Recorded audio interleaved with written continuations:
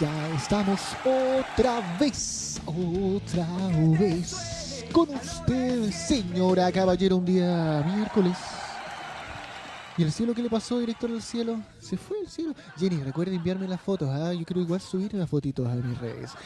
¿Sabe que ingresé a Facebook hace un ratito y vi la cantidad de imágenes del cielo que mucha gente está subiendo y le pone música linda, inspiradora? Yo dije, yo igual quiero subir una, pero estoy aquí, no estoy trabajando.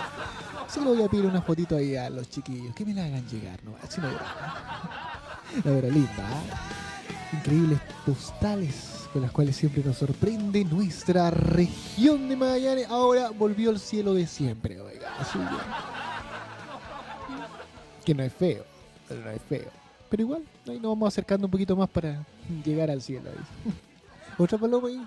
Esta no anda trabajando, nada de eso. 10:22, 6 grados, aún en la ciudad de Punta Arenas.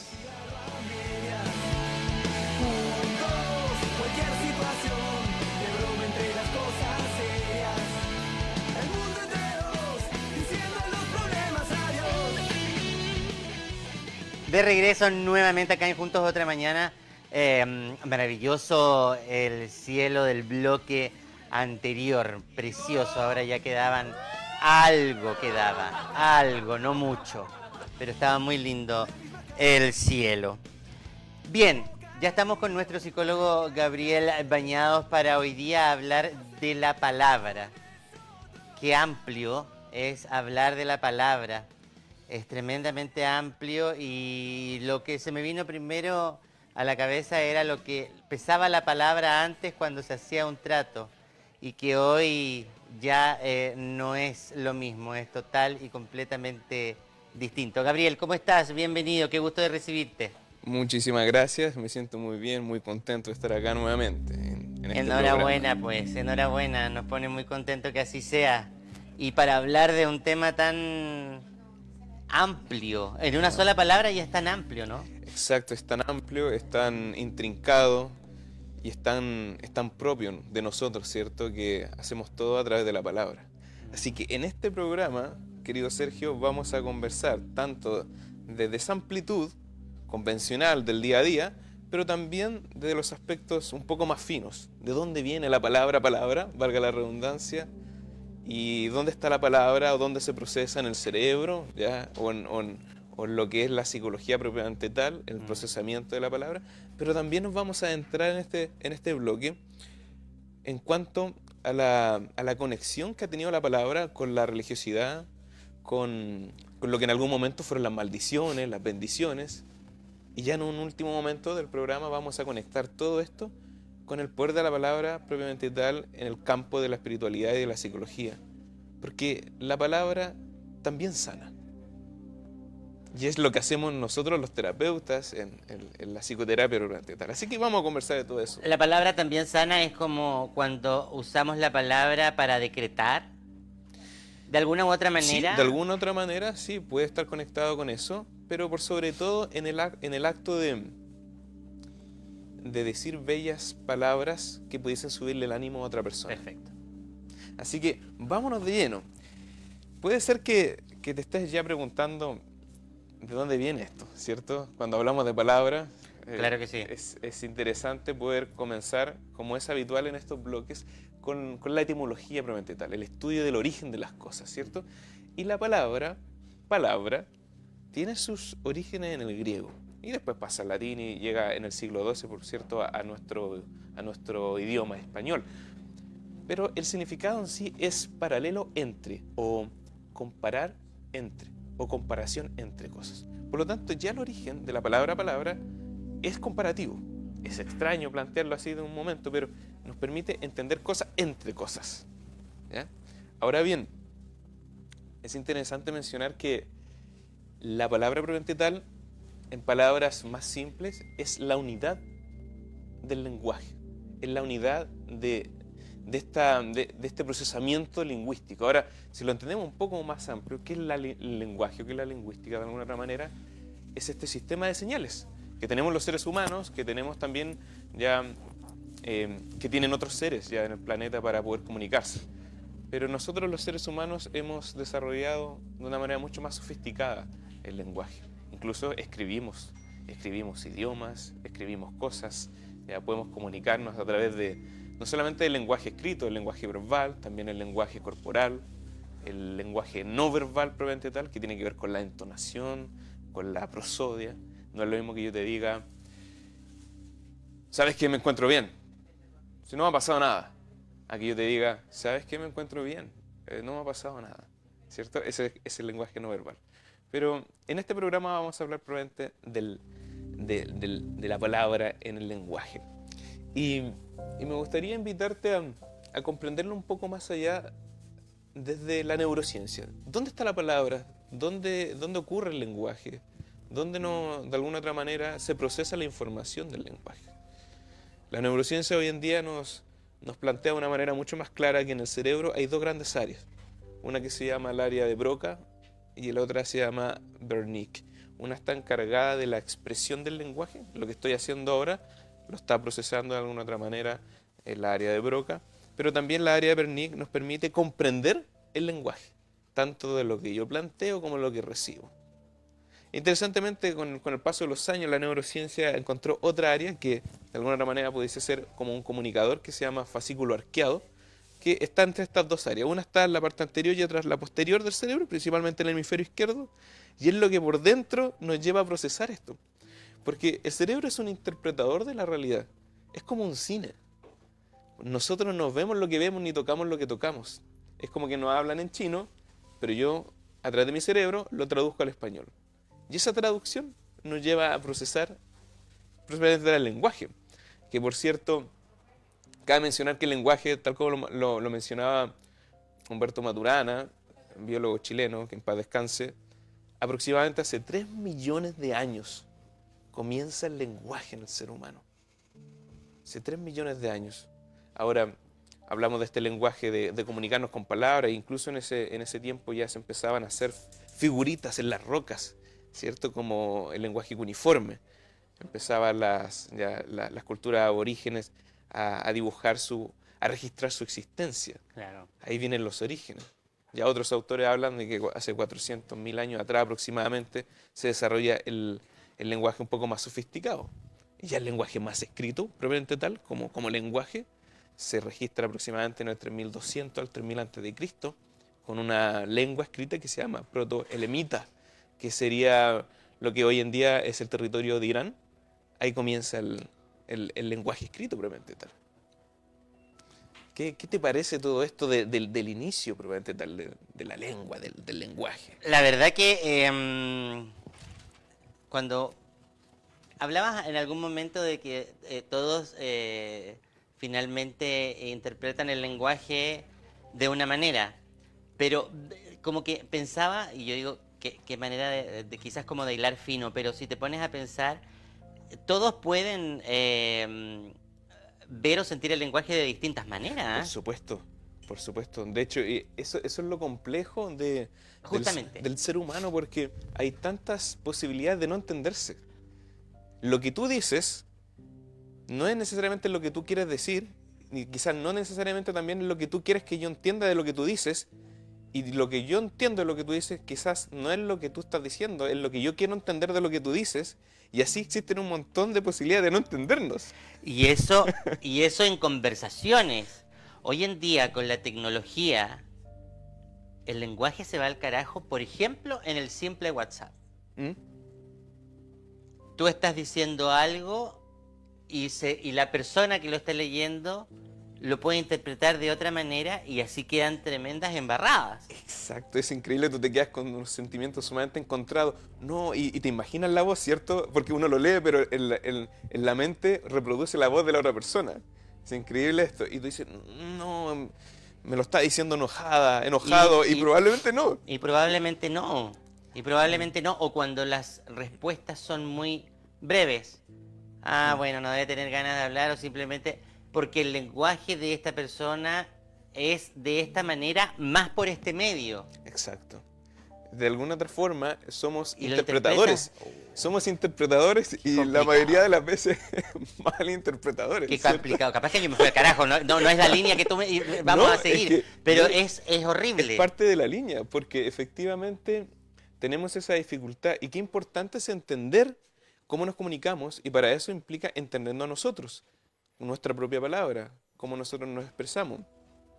Y de alguna forma también cómo conectamos. Y ponte a pensar, mi querido Sergio, que la comunicación de un 100%, aproximadamente 70% no es netamente del código lingüístico, de las palabras, ya la retórica, la gramática, cómo nos intercambiamos.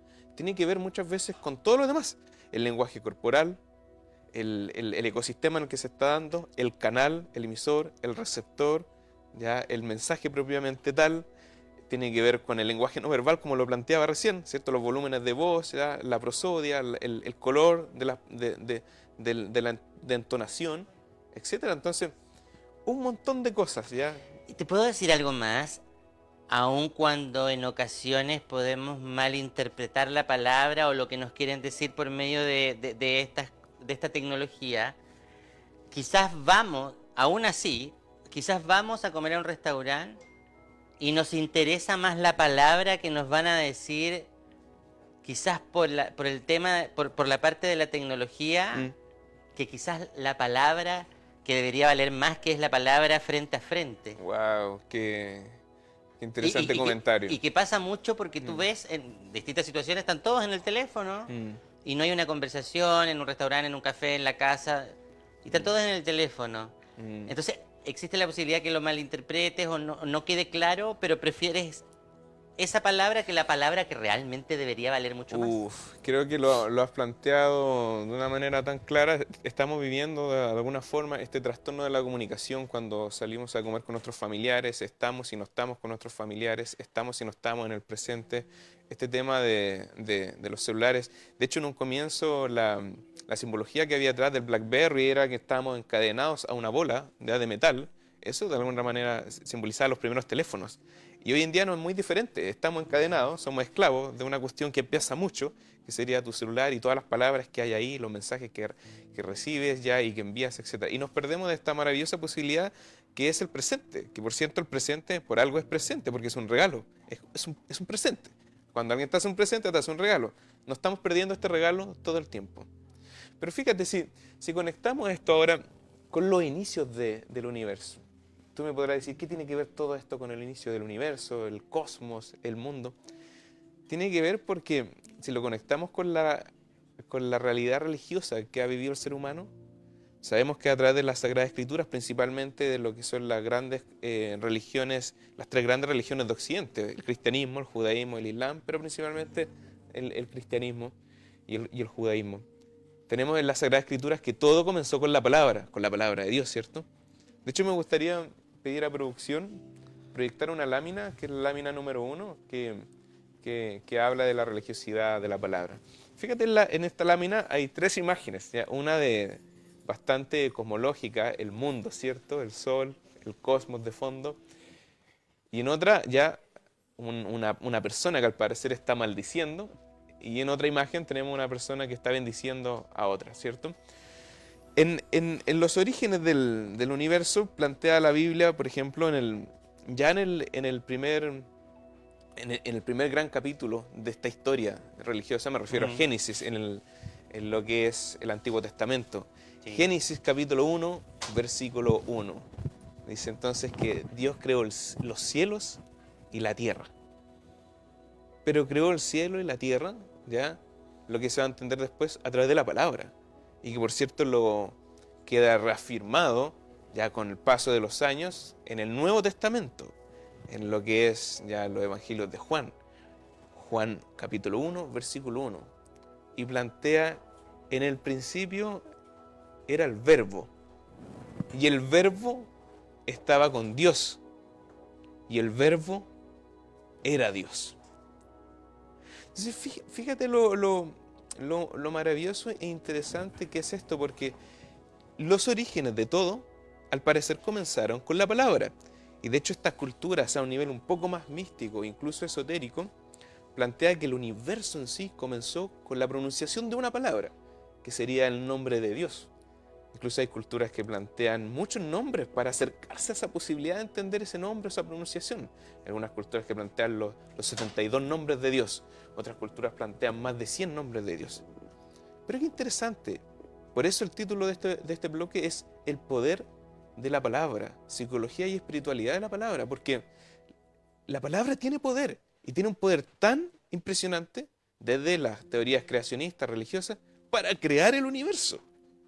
Ahora, Peligroso. peligroso porque estamos creando todos los días universo. En la manera en que nos hablamos a nosotros mismos, en la manera en que les hablamos a los demás, Qué peligroso. estamos creando universo. Y recordemos, por ejemplo, no muy lejano en el tiempo, en la Edad Media, la importancia que tenían las maldiciones y las bendiciones. Podemos ver en la imagen ahí una mujer maldiciendo. Estas situaciones que en el fondo eran hechizos psicológicos, cuando alguien te maldecía no era gratis eso.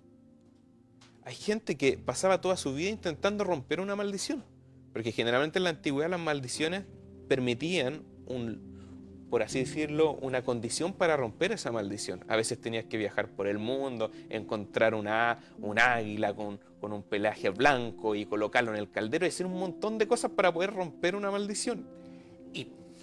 Y qué increíble porque tú crees en esa palabra de que hay una maldición, de que tienes que hacer todo este proceso para poder sacarte esta maldición. Y es ahí donde yo digo, qué peligrosa la palabra, qué creer de la palabra y qué no creer. ¿Qué te sirve para creer? ¿Y qué es lo que no te sirve para no creer? Es que ahí está, wow, qué profundo lo que acabo de decir, porque muchas personas dicen, no tienes que creer, porque basta que no creas y no te va a pasar nada. Tampoco es tan así. La maldición es mucho más que una palabra, porque la palabra arrastra energía. Entonces tampoco es gratis ni es liviano tener a alguien que te odie y que te esté maldiciendo. Aunque tú no creas, ¿ya? Algo de eso va a llegar también. Por lo tanto, eso de escoger o no tiene que ver con la conciencia, pero la conciencia es algo tan minúsculo en comparación a todo el ser. Me gusta cómo lo plantea el analista junguiano Robert Johnson, que dice que la conciencia es como un corcho que flota en un océano, y el océano es el inconsciente. Y nosotros los seres humanos somos conciencia más inconsciencia, somos corcho más océano. Pero muchas de estas cosas no las procesamos, quedan en el océano, y el corcho no lo logra procesar. Pero qué importante es volverse consciente entonces de la palabra, porque así como había maldiciones en la antigüedad, y que a veces incluso había maldiciones transgeneracionales. Partamos de la gran maldición que recibió también Caín y todos sus descendientes en la situación conflictiva entre Caín y Abel. Sus descendientes somos nosotros, caínistas, ¿cierto? Somos pecadores. Entonces, de alguna otra manera, ya desde esta teoría religiosa, plantea que la maldición puede incluso ser transgeneracional, pasar de hijo a nieto, bisnieto, etc. Pero también existen las bendiciones. La palabra puede generar grandes cambios, traer luz. En la antigüedad las bendiciones eran muy importantes. Si el héroe, por ejemplo, viajaba a su gran aventura, hacerlo sin la bendición de la madre y el padre podía ser incluso una maldición, si tú no recibías ese amor de padre y madre. ¿Y qué pasa cuando no llega la palabra? ¿Qué pasa cuando quizás uno espera una palabra y no llega?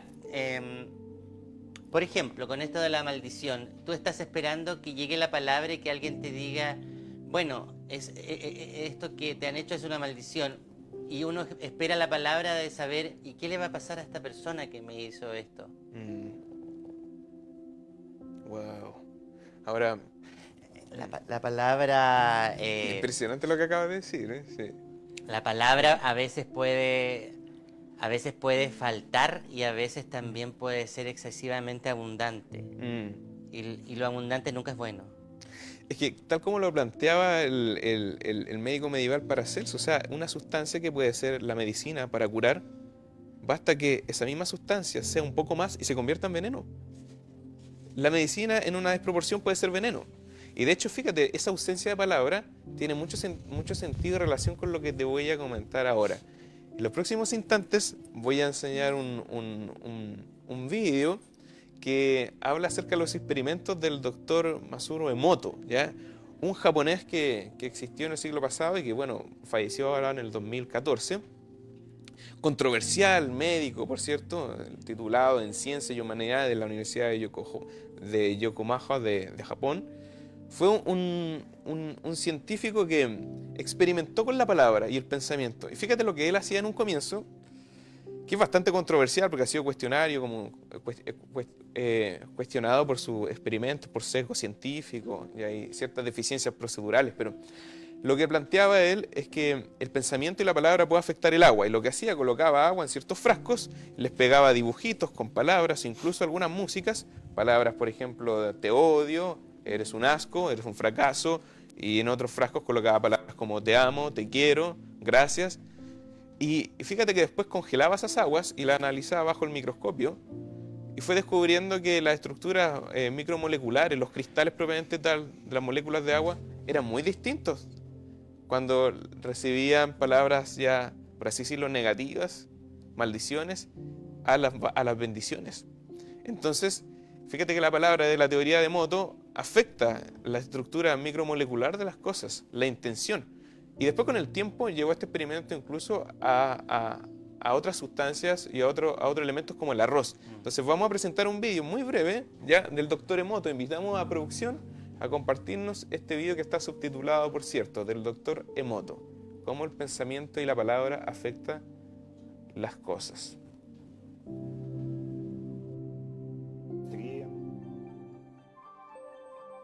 Dr. Emoto has conducted another interesting experiment. He placed rice into 3 glass beakers and covered it with water. And then every day for a month, he said, "Thank you" to one beaker, "You're an idiot" to the second, and the third one he completely ignored.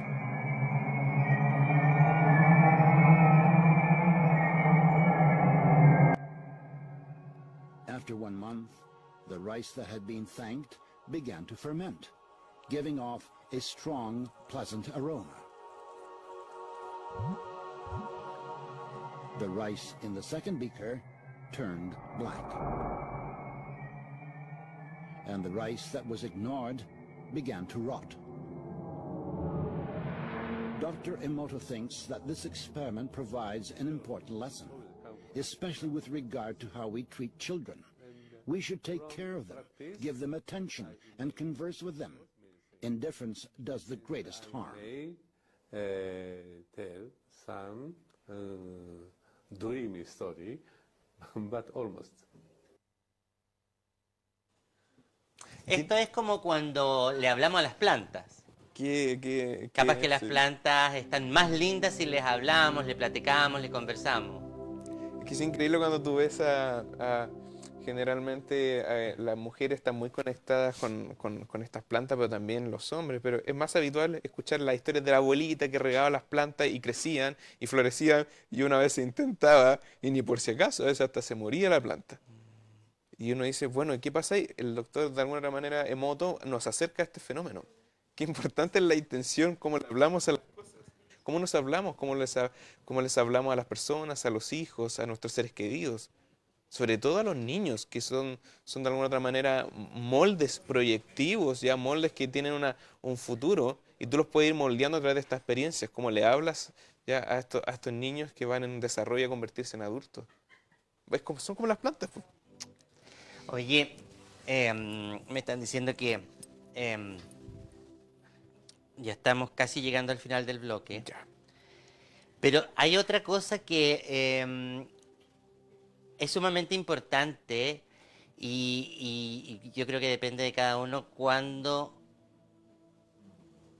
no se debe decir una palabra. No se debe decir nada. No se debe ocupar palabra. Y me pasa mucho en los momentos de pérdidas, que pues, hay distintas pérdidas, pero quizás cuando es una pérdida repentina de un momento a otro sin mayor explicación. Y mucha gente va a acompañar a la persona la cual sufrió esta pérdida. Y yo siempre he sido como de la idea de estar, abrazar y guardar silencio. Creo que estas palabras te te acompaño en tu dolor, lo siento mucho, es como que siento que en esos momentos esas palabras no deberían estar, pensando en que la persona que está mal, por dentro puede decir, ¿qué me vas a acompañar tú en el dolor si no tienes una idea de lo que estoy sintiendo? O lo siento, ¿qué vas a sentir tú? O sea, no sé si me logro explicar. Sí, te entiendo. El poder de pronto evitar palabras. ¿Pasa eso también?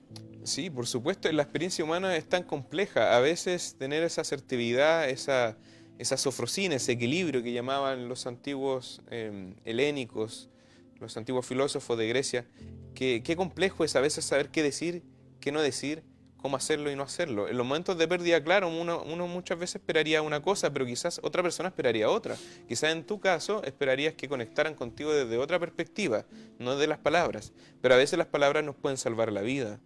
Hay un cuento súper lindo, ya que relata cómo unas ranitas iban cruzando un bosque, aproximadamente un grupo de 10 ranitas, y de pronto 2 ranitas que no lograron advertir que había un tremendo hoyo, había un vacío, terminan cayendo.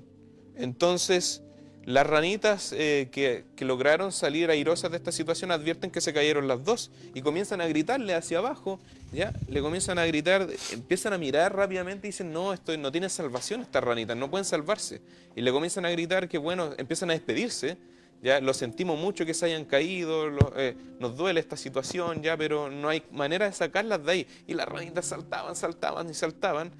Y ellos le seguían gritando, no, por favor, ya lo lamentamos mucho, no gasten su energía, no se puede hacer nada al respecto. Y una de estas 2 ranitas escuchó los mensajes y lo entendió y perdió la esperanza y terminó muriendo.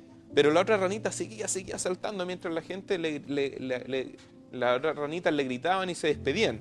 Finalmente salió de un gran salto que dio la ranita. Terminó saliendo del vacío.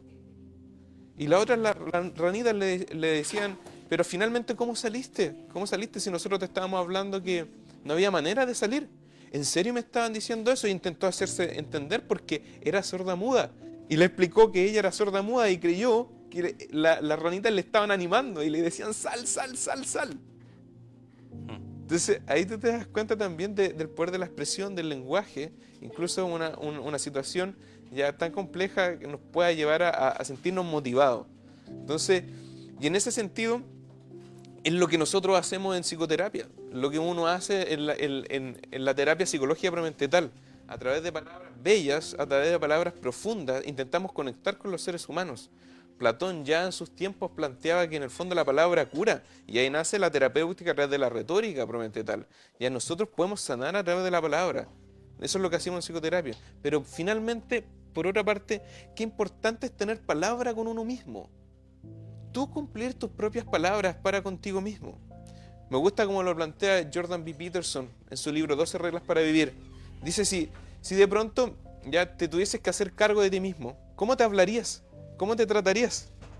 Imagínate que de pronto Dios te dice, te voy a dejar un ser humano que se llama Sergio. Cuídalo, trátalo bien, háblale bien, ejercítalo, culturízalo, aliméntalo, etc. ¿Cómo te tratarías entonces tú? Y qué importante es tener palabra con uno mismo. Y antes de despedirme, me gustaría compartir un vídeo que nos va a ayudar a entender mejor esto, que tiene por cierto que ver mucho con lo que en su momento don Miguel Ruiz, ya un filósofo, pensador de la cultura tolteca, esta cultura que hoy en día sería México, pero de origen náhuatl, planteaba en un libro que se llama Los 4 acuerdos. El primer acuerdo es ser impecable con la palabra. Qué importante es ser impecable con la palabra, tanto contigo mismo, para contigo mismo, desde ti mismo y también hacia los otros. Por lo tanto, vamos a ver un vídeo que se llama Palabra con uno mismo. Ten palabra contigo mismo. Invitamos a producción y de ahí me despido, prometo tal.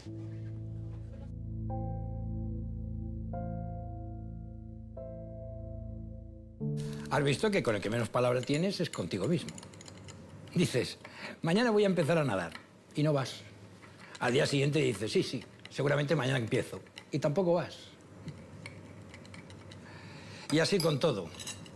Nos faltamos a la palabra continuamente. Seguro que piensas, si no hago esto, ¿quién me va a decir algo? ¿Tú mismo? Tú mismo no te vas a decir nada, porque eres tú. Ten palabra contigo mismo. Si dices que vas a hacer algo, hazlo. Si dices que vas a sacar algo, sácalo. Tampoco valor le das a la palabra contigo mismo que con un simple mejor otro día, ya con eso has derrotado a la palabra. No te entiendo. Ah, eso sí, si quedas con alguien, entonces sí lo haces para no fallarle. Pues me sorprende. Y cuando te fallas a ti, eso te da exactamente igual. Pues fallarte a ti es lo que más debía preocuparte.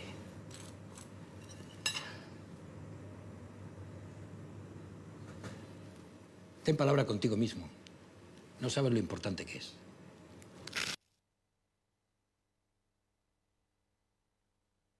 Palabra, ten palabra contigo mismo.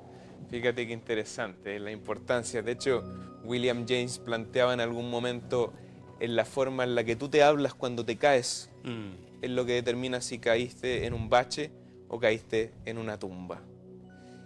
Mi querido Sergio, esto ha sido el programa. Por cierto, quiero invitar a todos los seres humanos que nos están viendo a través de estas pantallas a poder experienciar la palabra, pero la palabra terapéutica. La palabra es lo que es el contexto de psicoterapia. No es necesario estar enfermo, desequilibrado, ya para poder ir a esta experiencia de la psicoterapia. Así que, por cierto, como siempre lo refuerzo, estoy atendiendo en clínica IMET. Estoy atendiendo de manera presencial, pero también atiendo de manera online al resto del país y a otros países también. Así que pueden visitarme, ahí está toda la información en pantalla, está el teléfono de Clínica IMET. Ese es un WhatsApp que va a agilizar mucho más la reserva de hora, así como también está mi WhatsApp personal, pueden escribirme con toda confianza, así como también a mi email, para tratar ya el tema de la palabra, así como cualquier otro, pero que por cierto siempre es a través de la palabra de alguna otra manera. Piénsalo, creo que podríamos volver a retomar el tema de la palabra el próximo... Creo que quedaron muchas cosas Sí, pendientes. hagamos una segunda vuelta. Creo que quedaron muchas cosas pendientes. Sí. De la palabra que nosotros mismos nos damos en las noches antes de dormir o durante la ducha. ¡Wow! Ya, Gabriel, piénsalo. Yo No creo que voy podríamos hablar de la palabra en el, Sí, sí. en el próximo capítulo. Démosle una segunda Muchísimas gracias. Que estés muy bien, Igualmente. Gabriel. Un gusto. Bendiciones. Ahí estuvimos con nuestro psicólogo Gabriel Bañados hablando hoy de la palabra. Ya saben dónde lo pueden encontrar en la maravillosa clínica IMET. Vamos a una pausa comercial, ya regresamos en unos minutos.